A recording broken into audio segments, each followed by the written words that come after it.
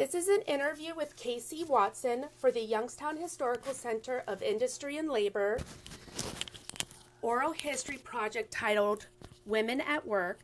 The interview is being conducted at the Antiques and Uniques Antique Store in North Jackson, Ohio on March 14th, 2023. My name is Susan Lowry. Hi, Casey. How are you today? I'm doing great, dear. Good, and thank you for having me here today.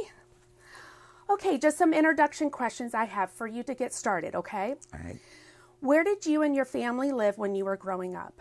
Grand Island, New York. Grand Island, New York. Was it an actual island or just the name? Yes. No, it's an island in the middle of the Niagara River. Nice. That's so fun. How many people were on the island? A lot. I mean, it was 14,000 people. It's a big island. It's the second largest freshwater island in the world. So, No, did not know that. Yeah. And what did your parents do for a living? My dad worked at General Motors and retired from General Motors in the North Tonawanda plant.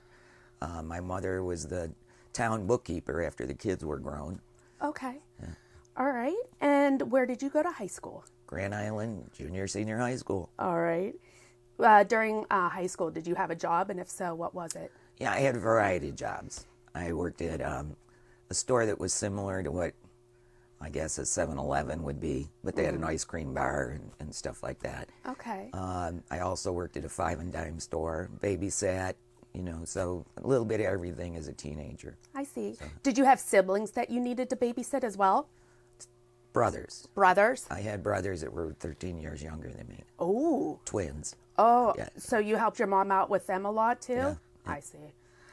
And then, do you think doing those types of jobs helped you to achieve your future goals? It gave me a work ethic. Let me put it that way, because if you, if you didn't work, you didn't get to buy those little extras that you wanted. Right. Coming from a big family, I mean so. When did you graduate from high school? 1973. Okay. And after high school, what did you end up doing? Straight to college? Did you go to work? What was your... No, I went straight to college. Okay. Where did you go in my day and age, mind you, most girls in 1970s, I'll say this, were geared towards either a nursing degree or a teaching certificate. Right. Nothing else, just those two. Right. So I ended up going to nursing school. What college was that? University of Buffalo. Okay. Okay. And it was a 3-year program that I was in. All right. And I, got my nursing certificate, then worked as a nurse for a short period of time. Okay, so that would be my next question. Right out of college, what did you do? So you, for a short period of time, did nursing. Yes. Well, so my question would be, did that springboard you into your career, or by mistake? By mistake? How so? Yeah. I got married. My husband went in the Air Force. Okay. Our first assignment was overseas. Where did you go? Okinawa, Japan. Nice. Okay. I couldn't work as a nurse in Okinawa, Japan. And to be honest, my nursing was not my forte. Okay. It was one of those jobs where you took home what you did during the day. Mm-hmm. And so I'd be worried about my patients all day and, all night and everything else, because I worked in an orthopedic wing where you had a lot of elderly people that didn't have visitors and, had serious medical issues. And it was affecting my health a little bit. But anyway, I was in Japan for about 6 months and got a job working for the federal government on the military base. With just your nursing certificate? It was like sort of a retail-y type customer service job. Oh, okay. But at least it gave me something to do, because I'd never been unemployed for more than, I think a month in my lifetime. I understand. And I was going bonkers, to be honest. Right. So I had to do something. So, I was willing to take almost any job just to have a job. Gotcha. And because of the status of forces agreement over there, 50% of the jobs that are on a military base are filled by local nationals, Japanese. Okay. So that only left 50% of the other jobs for normally military people that would be in that career cone and dependent wives. So Okay. Did you guys end up having any children? no, Did you have children at all no. throughout your life? Okay. So from there, you're in Japan. You're working for the military as Yes. a dependent wife. Yes. What happened after that? Where did I go from there? Yeah, pretty much. Like, did you decide to go back to school? Did you find a different job? I actually did go back to school during a portion of that period during my first marriage. I went and got my degrees in business administration and criminal justice, of all places. Big change from nursing. Yeah. But it was something that I was interested in. I had been involved in a couple fraud investigations while I had been in Japan, and it was really interested me. Okay. You know, because I was basically providing information to the law enforcement people that were doing the investigation while I was there. And I thought, you know, this would be really cool to go be an investigator, you know. Yeah. So I did go back to school. I got my bachelor's in... Right there in Japan. No, I was out of Japan by that time. Okay. Yeah, I was okay. down in Florida at that time. Oh, okay. But I went back. I got my... had to transfer a lot of credits because a lot of my nursing program classes wouldn't transfer. So anyway, I went back and I got my bachelor's in both. And Okay. the reason why I have both is because some of the stuff wouldn't transfer. So. Okay, so that was business administration and Criminal justice. criminal justice. Thank you. So after you graduated with those degrees, what was your first job after that? I was an investigator down in Florida for a short period of time. It was a low grade investigator. It was like almost like a store detective is what it was. That's where I got involved in EEO, Equal Employment Opportunity, Okay. as an investigator. Okay. I was a district manager for their EEO program as well. So How did you find that job? I was asked for the job. Really? Yeah. I was asked for the job. Oh, how did that, like, so somebody knew somebody who knew somebody type of thing? Yeah, one of the division directors that was out of another state, he knew what my work ethic was and my investigative skills. And it started out that it was a high-ranking manager that they were doing an investigation on, and they were more comfortable having a female investigator do the investigation than a male. And so I got that job. Okay, can you please expound on that a little bit? Why a female specifically? What was it that you were going to be able to pull from that investigation? I think because too many of the other investigators at my level were part of the Good Old Boy Network. And the individual that put me in that original investigation knew I wasn't. And so that's how I ended up getting that investigation. They were afraid that there would be conflicts Okay. if a male did it. You know, a male would. Yeah. And they'd be buddy-buddy and they wouldn't get the right answers. Right. See. Okay, that makes sense. Yeah. So specific work detail at this job for, so for example, when you would go in for that day, what was a typical day like? You know, you go in and do emails. Did you make coffee? Did you make phone calls? Did you meet with clients? What did you do? It depended on what portion of my career you're talking about. Okay, how about that first one, that investigator job with the EEO? Well, at that time, I was still a low-grade investigator down in Florida. But yeah, I don't even think, did we have email back then? I'm not sure. Oh, that's true, probably. You know, Wait, so you know what? That's a good question. What time frame was that?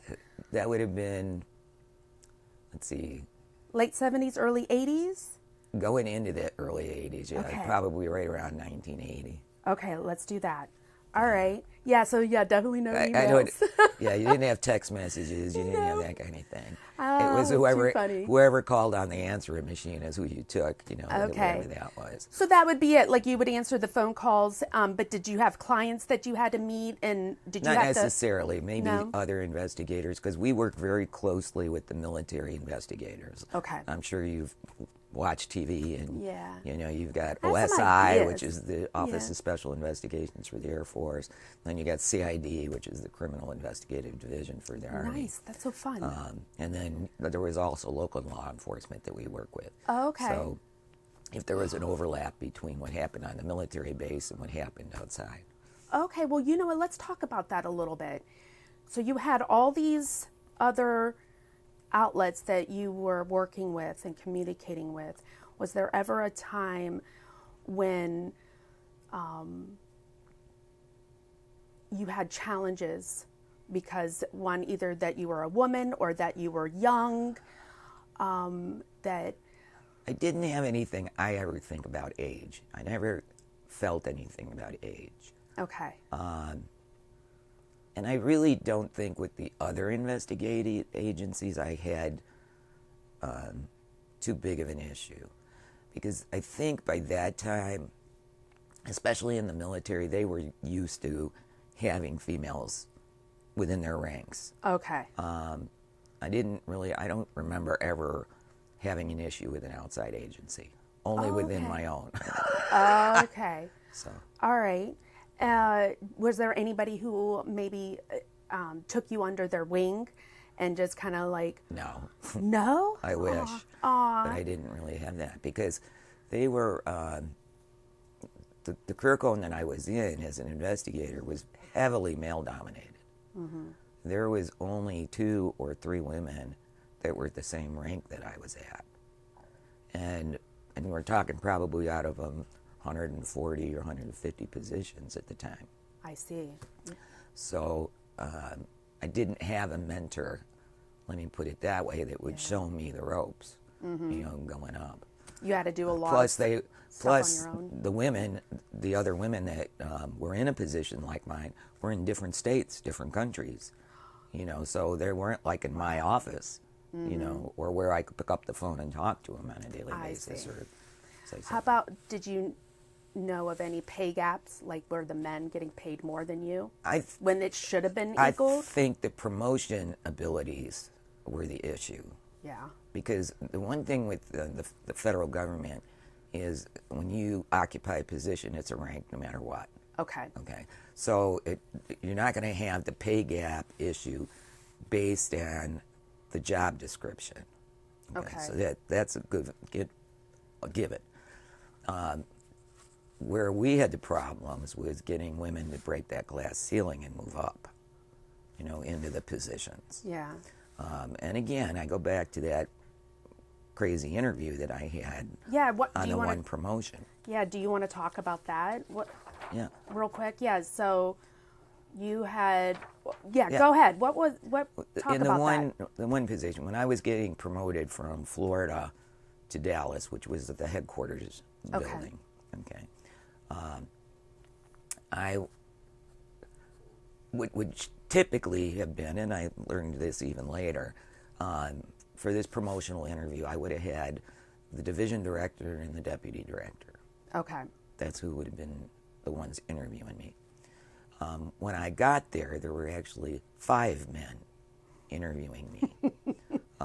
It was not only the division director and the deputy director. I had the director of safety. I had the director of security. I had the guy that ran the camera program. I mean, it was rather funny, you know, Yeah. that you needed this many people to interview one woman. So when you walked in, were you surprised to see 5 men Oh, right, yeah. right away? Oh, yeah. Oh, yeah. Okay. And then being I don't know whether we talked about this, but I was an EEO investigator, and in charge of EEO investigations, when I was down in Florida. And so there's specific rules that you cannot ask during an interview that most people, and this is training that's given to every manager in the government. I mean, it's not something that's in a book somewhere. You have to go through classes on giving interviews on what you can say, what you can't say, you know. Yeah. You know. Anyway, so I'm sitting down and I'm doing this interview, and I'm getting asked these questions like, "Well, how does your husband feel about you taking this job? What about your children? You do understand that this job involves a lot of travel.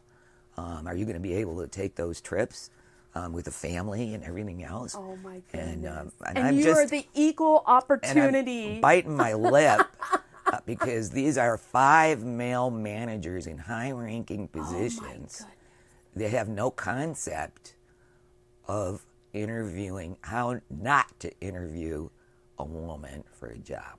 Now, I did answer the questions. I'm going to say that. I probably should have said that's inappropriate, but I didn't because my career was on the line, Yeah. you know? Yeah. So I did answer those questions as honestly as I could. And I got the job. So obviously That's it was good. okay. And, but it was just one of those times in your life where you're like, really? Yeah. You know? Yeah. You know, so. Did you go, when that interview was over, did you go home and tell your husband about that, or tell your friends and kind of get Oh, reactions yeah, from them? I did. Because especially the ones that were my female friends, you know, that were Yeah. working women. I thought it was Oh funny. my goodness. So you got the job, and that was an advancement opportunity. So there Yes. was no discrimination there in that regard, Only except in for the just, interview. just in the interview, just with the questions. So this new job then took you to Texas, but then it was also some traveling going on, Oh, yeah. correct? Yes. And your husband was good to go to move to Texas, or Well, that's what we talked about before.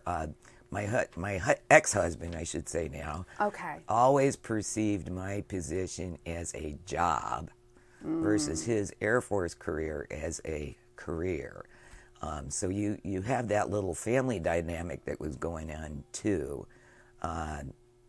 So he didn't understand that the effort you put into your job makes you promotable, you know. And I knew that. I always knew in my career, Colin, that I had to give 150%. yeah, Because I had to prove myself as a female investigator for my worth. yeah, And in fact, one other little funny story, yeah, I had to go into another investigator's area to do an investigation. okay, While I was there, something happened. I was at this criminal investigation division for the Army. I was at their office getting a briefing and telling them why I was there and this case that I was working on. And it was an EEO case. Okay. Another EEO case. And so, anyway, I'm in the CID office, and this CID agent is telling me how he hates, our agency ran anything that had a cash register on the military base. It's called the Army and Air Force Exchange Service. And he's telling me how the Army and Air Force Exchange Service can't tell you what they lost at any given time. And we have this big case we're running, and it's on jewelry, and what do you call it? You can't identify whether you sold it or not, and blah, blah, blah. And he's talking about the agency that I work for. And I said, well, I'm sorry, but that's not true. I said, especially in jewelry. yeah, And there's one thing that the Army and Air Force Exchange policy had in regarding purchasing fine jewelry from companies to resell is they required the jewelry, number one, to be marked with the manufacturer's mark. okay, Then the second thing that they required was they had catalogs of all the jewelry that was sold. okay, So if you had, and I told the investigator, if you have jewelry in your evidence locker right now, I can tell you when it was carried, who the company was that they got it from, and I can even show you a picture of it from the catalog. Well, he didn't know this because the investigator in that area didn't tell him. okay. Now, why he didn't tell him, I don't know. So, and he wasn't there, so I told the investigator, I said, go over to the store and ask for the jewelry catalog and a jeweler's loop. Okay. So he comes back, make the long story short, he comes back with this stuff, and I'm looking at the jewelry and showing him what to look for, and in walks the investigator from that area. Okay. Pissed off that I'm showing this and he pulled me aside. He started yelling at me right in front of all these investigators. And I said, look, this is not the time or the place to discuss this. Okay? I understand I stepped on your shoes. We'll discuss it over a beer. Okay. So I met him later for a beer, and then I had to listen for over an hour about how all the investigators hated me because I had set the bar high, and that why nobody has to work that hard in this type of a job, and why are you doing that, and blah, blah, blah, blah. And no, and I had to listen to this. Right. Because what's your argument back? You know, if you're getting paid to do a job, you're not getting paid to do the minimum. Yeah. You're getting paid to get it done. Yeah. You know, I mean, I have a problem with that thing. Yeah. And this is a guy that throughout his career, he was a former investigator for the military, as I understood it, but he never made any effort to learn about the function of the agency that he was working for. It was just bizarre. Yeah. What ended up, like, after that, little drinking of the beer moment, you just kind of like went you guys a separate way. You didn't really say anything to him because there was just no way to do it. You couldn't argue him with him. Right. It I wasn't understand. worth it. Yeah. And the only thing that you could say is, you know what, I understand that you're upset, and apologize for stepping on his toes, and that wasn't right of me. I should have said, go get that investigator, he'll show you, that kind of thing. But I was there. But you were also kind of doing your job by training or educating this other person. Hey, this is it. This is what we do. Yeah. And so even though, in essence, you were stepping on his toes, but you were still doing your job. I know. I know that, but it's just one of those funny things. But this was the attitude that this guy had. There was a couple years later, I almost had the opportunity to be his boss, and I said, "Don't." Oh my goodness! All right, so after Texas, because you're here in the Mahoning County now, let's try and make that transition now. How did that all come about? Well, I left Dallas. I worked in Colorado Springs, Colorado for a number of years. What did you do there? Same Investigation thing, as well? but a little higher grade. Okay. And then I got so still working for the government same / agency, military? Yep, same agency, same thing. And then I got promoted out of there so that I was what they called a field office chief. So I had all the military bases that were west of the Mississippi, basically, except for a couple that were in Texas. And then I got promoted again to the headquarters as a region chief. Wow. So, and Now, I this retired was- as a region chief. Okay, region chief. Now, did you have to take any other kind of training to get other additional certificates to meet those or to be promoted, or was it all? Yeah, some stuff, merit? little bits over the years. Like you had to go back. I had to get OSHA certified, and Right, all okay. these other things, that kind of thing. And then you were able to. Yeah, but the minimum requirements for the job was at least a bachelor's degree, and by I that see. time I had it. So so it was good. Okay. And then you retired as a region chief. Once you retired, what happened after that then? Well, because What year about was that, by the way? 2009. 2009 you retired? Yeah. Okay. And so then what happened after that? Okay, well, I had purchased a ranch in Colorado. By that time, I had remarried. I had divorced and remarried. Oh, okay. Over the years. Okay, so my new husband and I had bought a ranch in Colorado early on, probably in the 90s. Oh, okay. And he also worked for the same agency I did, but he did what they call the surveillance work. He was the one who put in covert cameras for me, and that kind of thing. Okay. And so, but because he was a different career Colin than my investigator Colin, there wasn't any, conflict per se. Okay, So, that's good. but anyway, I retired back to Colorado where we had the ranch, and I opened my first antique store, or got out of my, I should say, my first antique store a month after I retired. Oh, wow. Yeah. My last assignment with the government was Japan. And I accumulated enough stuff while I was in Japan. And plus I played with eBay over the years. So I had enough stuff that I could at least go in as a booth or something else into an antique store. Oh, okay. So the lady that owned the shop in Florence, Colorado, 6 months after I got there, she decided to retire for medical reasons. And so I took over the shop. I see. So that was my own shop until my father-in-law passed away in 2015. 2015. Okay. Was it 15? I get my years a little screwy. Anyway, okay. my father-in-law passed away about 14 years ago, 13, 14 years ago now.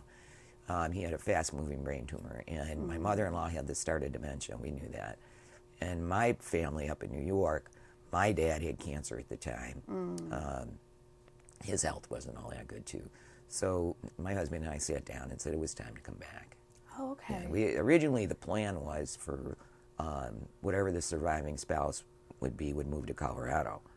But when push came to shove, my mother-in-law, the one with dementia, would not move. She wasn't going to leave her house. So we came back to keep her in her house. Okay. My husband and I were both retired at the time. He has siblings that weren't retired. And one lives up in Milwaukee, the other one lives in Lordstown, but to be nice about it, we were the only ones capable of taking care of her. Yeah. So. No, we understand that. Yeah. And your husband's name is what? Rick Watson. Okay. And so you moved back here to Mahoning County with your husband because of your in-laws or parents? Your parents or his parents? Well, it was a combination of both. It was I'm sorry. I'm just making sure. Immediate because of the in-laws. Okay. All right. But my dad in Buffalo was sick too at the same time. He had cancer.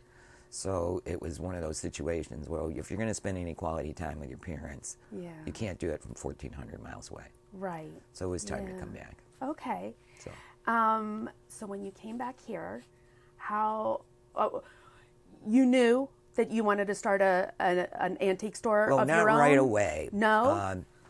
And the reason was because my mother-in-law, we took her to get tested and everything else. I took her to a geriatric doctor, and she was diagnosed with Alzheimer's. Well, we knew she had already had it for a couple of years, because they had been out to visit us in Colorado, and you could see, a little bit of the downturn and stuff.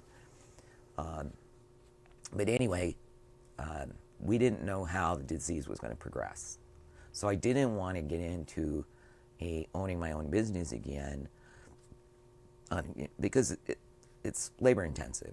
It's a lot of hours. Yeah. You need don't good friends to help you, right? Yes, you do. I have a wonderful group of friends, fellow sisters. That's anyway, right. Anyway, I rented space for a couple years. Okay. Didn't work out. There were either issues over where the owner of the antique mall didn't take responsibility for a lot of stuff.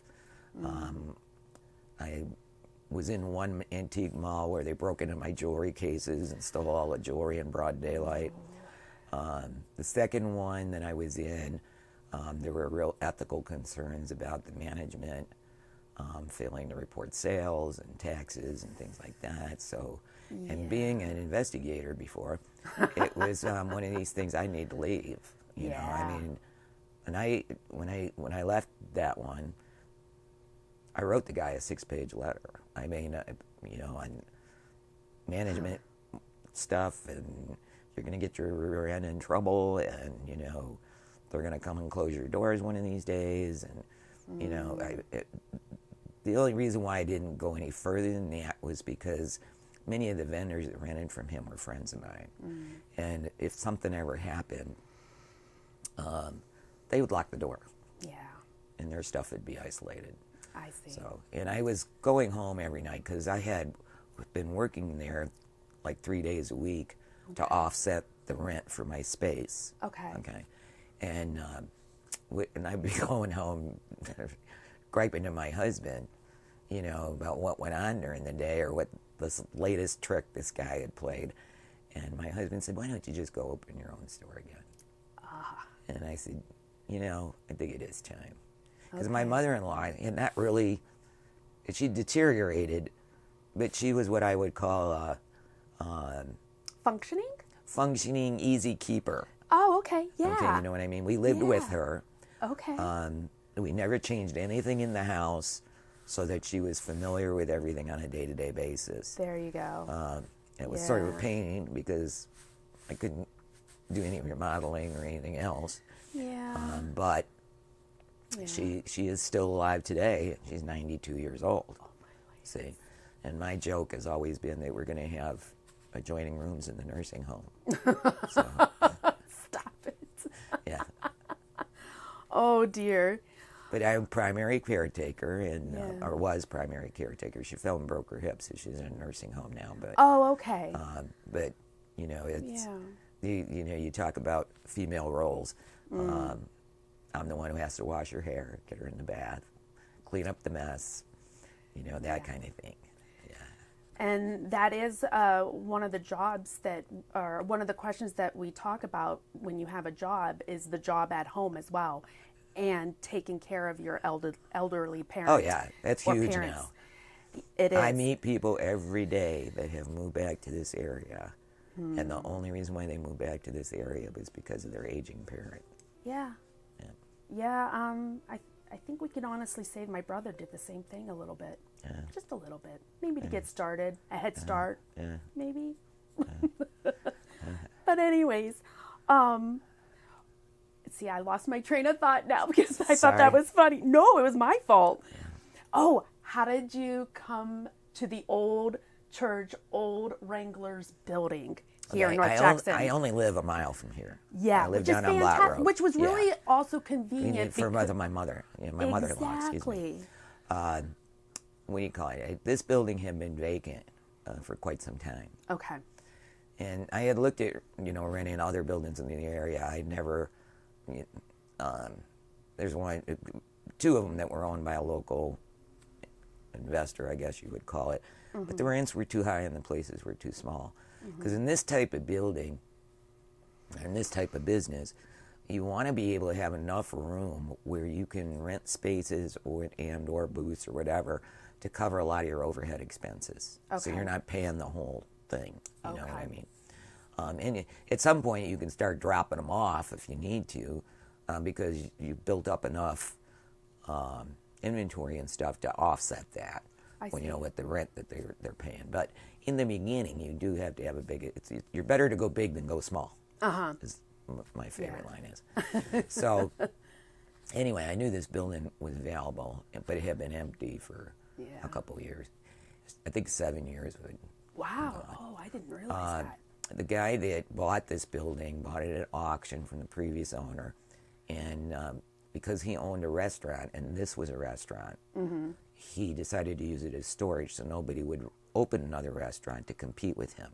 Oh, okay. Yeah, and it's even in my contract that I can't serve prepared food. You know, Okay. I mean, so it doesn't compete with him. Right.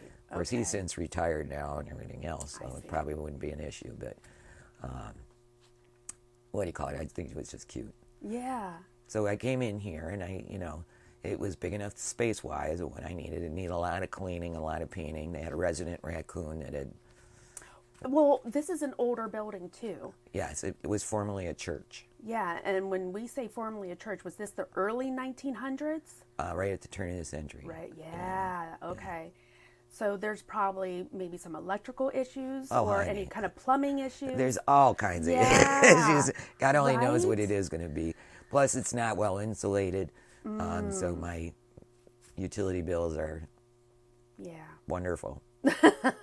Well, you know what? Being a business owner now, and you opened in 2015? I think it was 2015. Yeah. Yeah. And now it's 2023. But around that time was COVID. How did you deal with COVID being a business Oh, owner? that was another. You just getting your feet going. Yeah. Some of these businesses, it can be a couple years before you actually see a profit anyway. Yeah. A real profit. Yeah. And what do you call it? Of course, when COVID hit, they shut down everything. I mean, Yeah. initially, but I still did a little bit of online work. Okay, good. So what I was doing, like one of my favorite stories was, one of the ladies that works here. They were anything special. I mean, they called candle huggers. They were just these little people that seasonally you could put on your candles and look Okay. like they were climbing the candles. Well, she had a couple pairs of them, and she only had them for, I think, like $5 a pair or something like that. So I was trying to pick stuff out of people's booths so they would still have a check. Oh, okay. You know what I mean? We were Yeah, closed. that's fantastic. But I was trying to pick stuff and then put it on eBay. And, I would sell it at fixed price. And so I was selling her little things that she would have sold for $5 here for $15 on eBay. So But yeah, when we think back on that, about the cost of items having to go up just so you can compensate, yeah, a little correct? bit. Well, I didn't do it that way. I just knew I could get $15 a pair for her. See, but maybe not in this store. Yeah, so I di- see what you're saying The difference is when you, this used to be when I had my shop in Colorado after I Yeah. retired. This was my buying ground now. Okay. because once you cross west of the Mississippi, the prices start going up the further you get from the Mississippi. So by the Oh. time you get to California, say a clock that's worth $100 here, you can probably get $200 or $300 in California for Oh, it. I see. See? Okay. Okay. Using eBay or Etsy or whatever, I see what I you're knew saying. that what would have been my Colorado price versus my Youngstown price would have been totally different. And you just, Youngstown price. Yeah, yeah. And I have people come in every day, that think their piece is worth, Yeah. I say not in Youngstown. Yeah.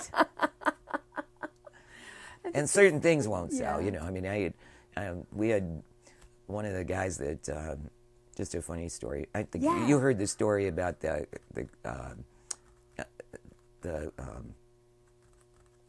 The only popular story I've heard is the one with the book book. Yeah. and Yeah. And what was inside the book. Yeah. Go ahead and share that. That's a good story.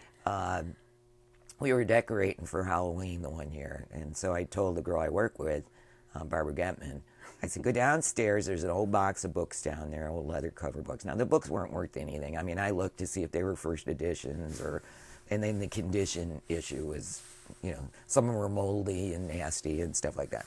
But I saved them because we do projects with books here, Crafts and Crafty type artwork stuff, and yeah. And displays.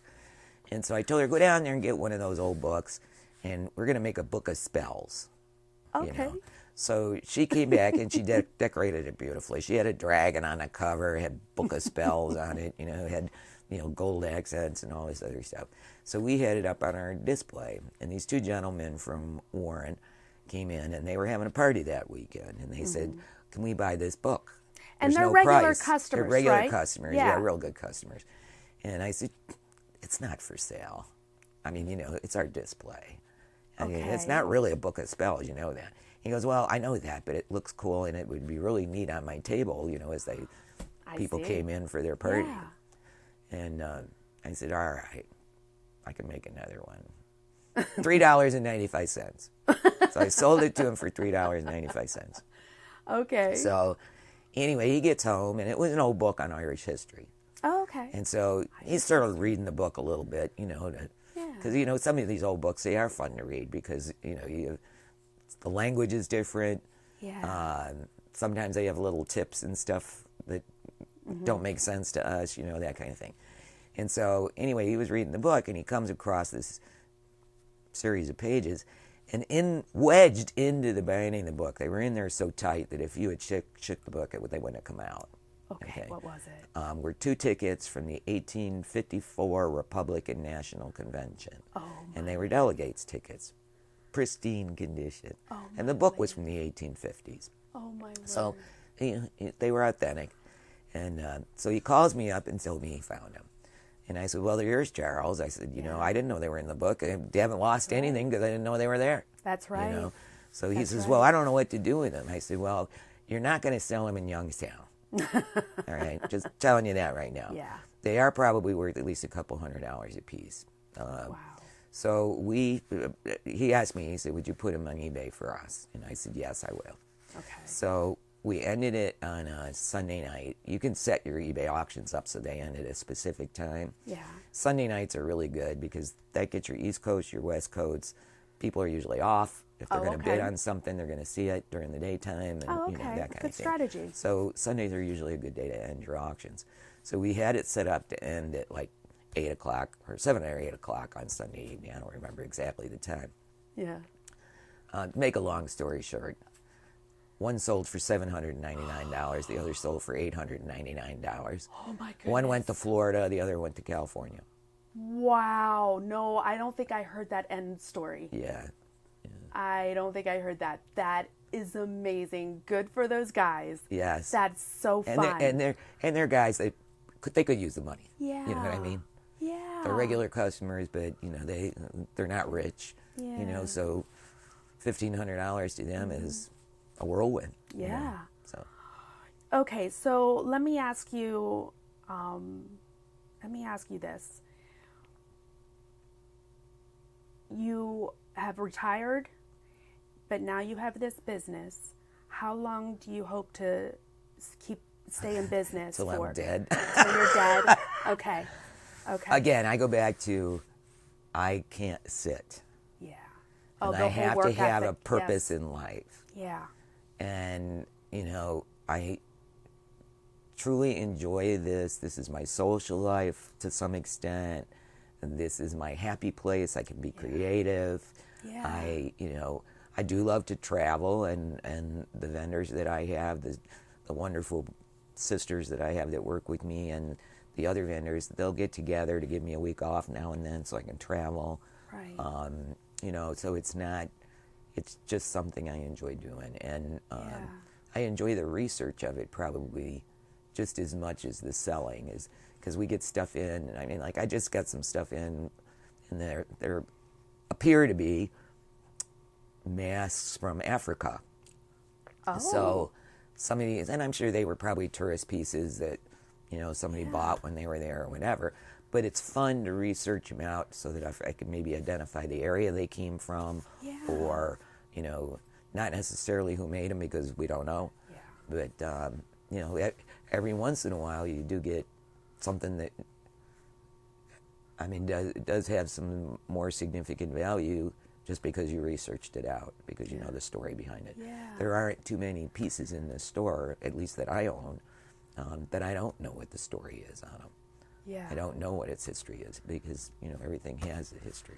It's almost like you have a never-ending exhibit for sale throughout your store. Yeah. You know, a historical exhibit, like a museum. Yeah. Yeah. A little bit. Yeah. Now, is there anything that maybe we did not touch on, we did not express at all, because it just didn't lead in that direction, but something that has to do with you working outside the home, something with you being a business owner?